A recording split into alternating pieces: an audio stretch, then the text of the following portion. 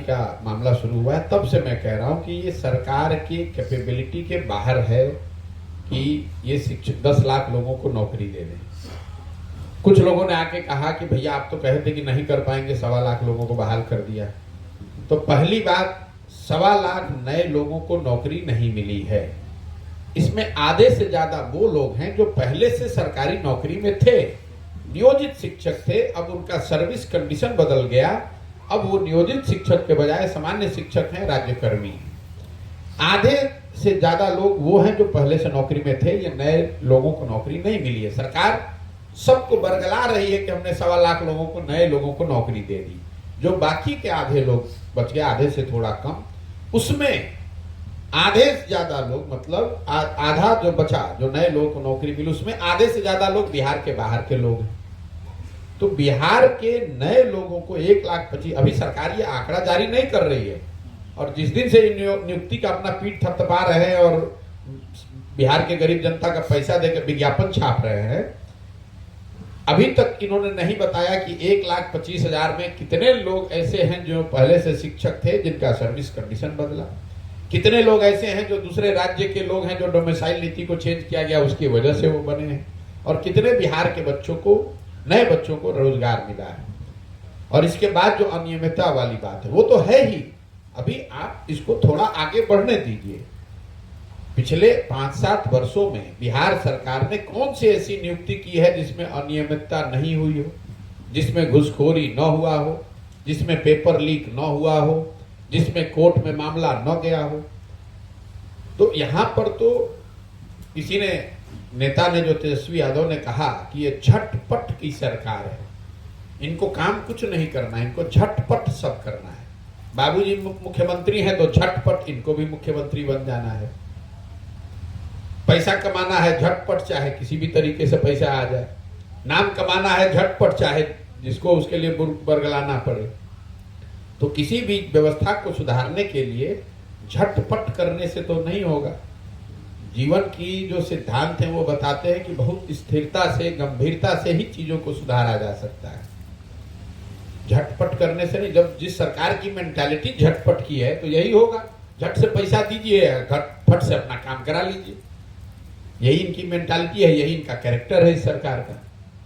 नीतीश कुमार जी फिर विशेष राज्य की मांग करने लगे हैं चुनाव के समय, क्या? अरे भाई देखिए, नीतीश कुमार जी का उम्र हो गया, अब आप लोग उनको छोड़ दीजिए। नीतीश कुमार जी की उम्र हो गई है और राजनीति का एक अंतिम दौर उनका चल रहा है। 2-4-5 महीने, कुछ महीने बचे हुए हैं, अब जो उसमें करना चाहते हैं कर ले।